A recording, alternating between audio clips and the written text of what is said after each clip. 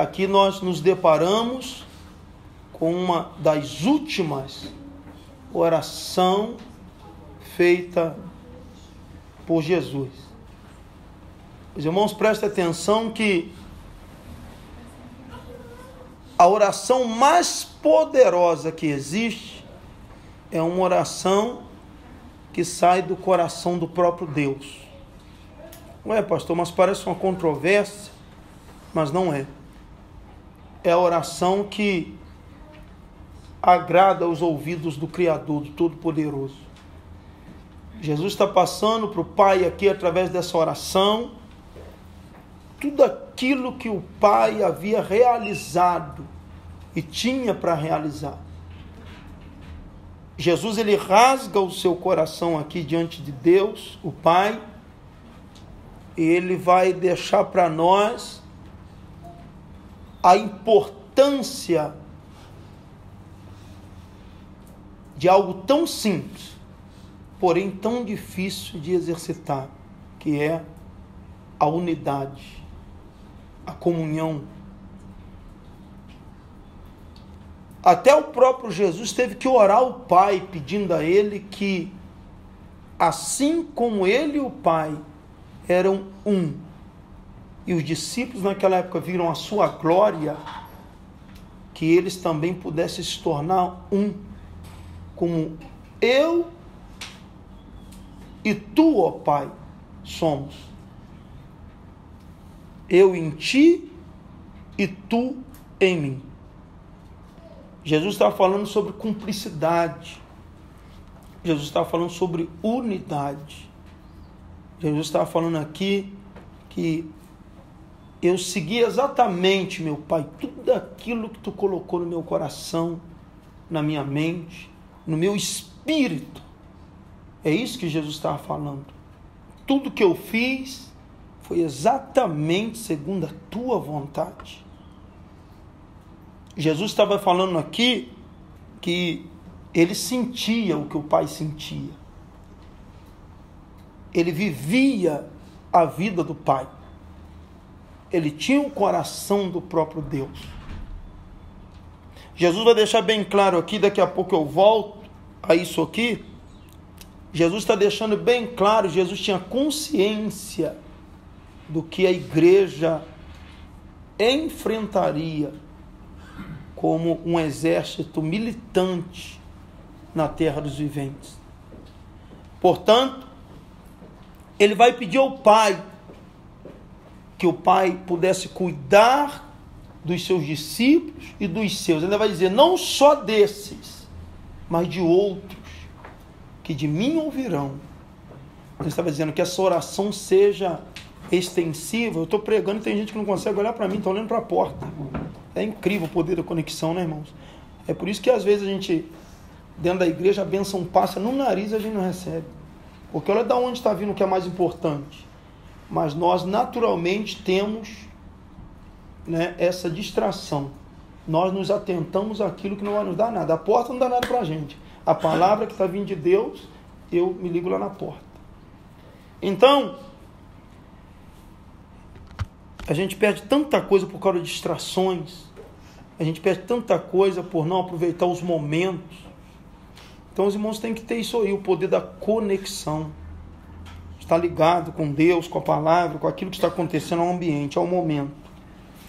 E Jesus, ele vai deixar aqui bem claro que nós aconteceríamos. Ele profetizou sobre isso. Ele estava dizendo, a minha oração também é por aqueles que ouvirão falar de mim e crerão em meu nome. Ele já estava orando por nós.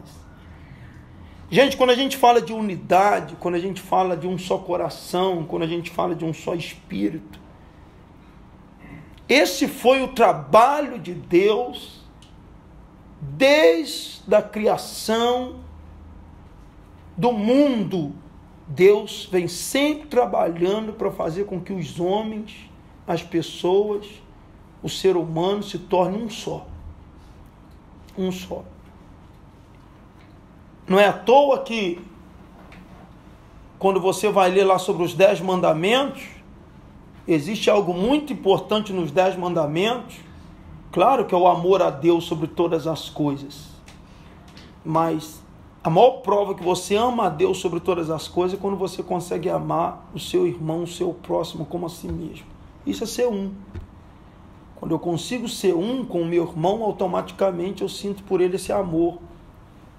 O amor não é uma simples qualidade, né? O amor não é uma simples característica.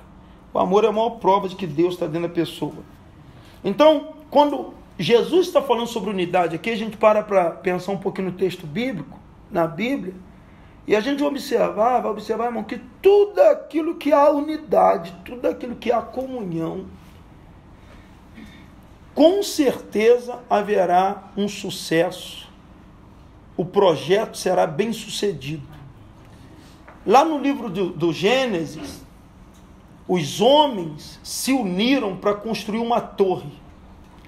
E segundo a Bíblia, eles se uniram tanto para fazer essa torre, eles estavam tão interligados um com o outro, uns com os outros, em um só pensamento, um só coração, uma só alma, um só intento, que o próprio Deus ficou preocupado.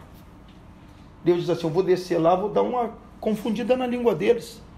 Porque eles estão tão unidos por essa causa, tem tudo para acontecer. O próprio Deus falou. Olha o poder da unidade. Olha o poder de um só pensamento, um só espírito, uma só fé. Vamos construir essa torre, considerada a Torre de Babel, né? Vocês conhecem a história. E a Bíblia diz que os homens, eles estavam tão focados, centralizados, eles estavam com a vida envolvidas com isso, eles se uniram tanto nesse projeto que o próprio Deus falou assim, se eu não descer lá e confundir eles, eles vão conseguir fazer esse negócio. Quem já leu isso lá em Gênesis? Ou a gente precisa dar uma caminhada lá? Vocês querem dar uma caminhadinha lá? Não. Então eles se uniram tanto que o próprio Deus diz assim, vamos descer e vamos confundir a língua deles. Foi ali que saiu a diversidade de línguas que existe hoje. Porque eles tinham uma só língua, uma só forma de falar, uma única forma de expressão. Todo mundo se entendia. E todo mundo tinha uma cabeça. Vamos fazer, vamos embora. Então, aí Deus teve que descer e confundir as línguas. Pedia areia, o cara entendia tijolo. Pedia tijolo, o cara entendia para trazer barro. Pedia barro, a pessoa entendia para trazer água. Então, e com isso, Deus conseguiu frear essa obra, porque Deus não seria glorificado nisso. Era um intento humano, e o homem sempre terá a poda de Deus quando quer expressar demais a sua vaidade. Então isso era uma vaidade humana. E a Bíblia diz que Deus confundiu as línguas. Você vai observar que de lá para cá, a dificuldade que existe, a dificuldade existencial da gente entender um ao outro, a dificuldade que existe de o marido entender a mulher entender o marido. E foi Deus que atrapalhou isso. Deus não atrapalhou nada. Na verdade, desde o Gênesis, quando Caim e Abel tiveram aquele problema de desentendimento, o desentendimento já acontecia. Mas em um certo ponto da Bíblia, os homens se uniram tanto que Deus teve que confundir eles. Mas qual é o intento de Deus para a igreja hoje? É que a igreja tenha um só pensamento, um só espírito, uma só fé. Vocês não imaginam o que a gente pode se a gente conseguir, né, ter um só coração, uma só mente, um só espírito. O que mais atrapalha o projeto de Deus na tua vida, deixa eu falar a tua vida, porque se eu ficar usando muito coletivamente a igreja, dá a impressão que você está distante de Deus. Deixa eu falar para você, o que mais atrapalha Deus fazer o que Ele tem para fazer na sua vida é uma palavrinha simples, que você usa lá sempre. Mas, esse mais. Às vezes, o mais ele vem incutido com será.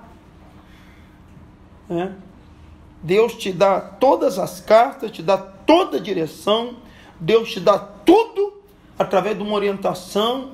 Aí você, quando não diz será, você diz assim, mas eu sou limitado, mas eu não tenho capacidade, mas como vai acontecer? Mas Deus falou, mas eu fui no culto, uma bênção, a glória desceu, mas Aí vem uma desculpa por trás disso aí.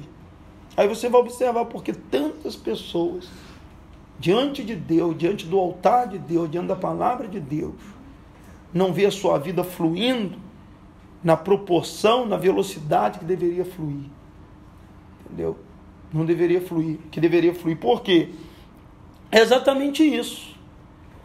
Algo é estabelecido, uma palavra é ministrada, a gente ouve a pregação, mas a gente ainda quer um recadinho da boca de um profeta por aí.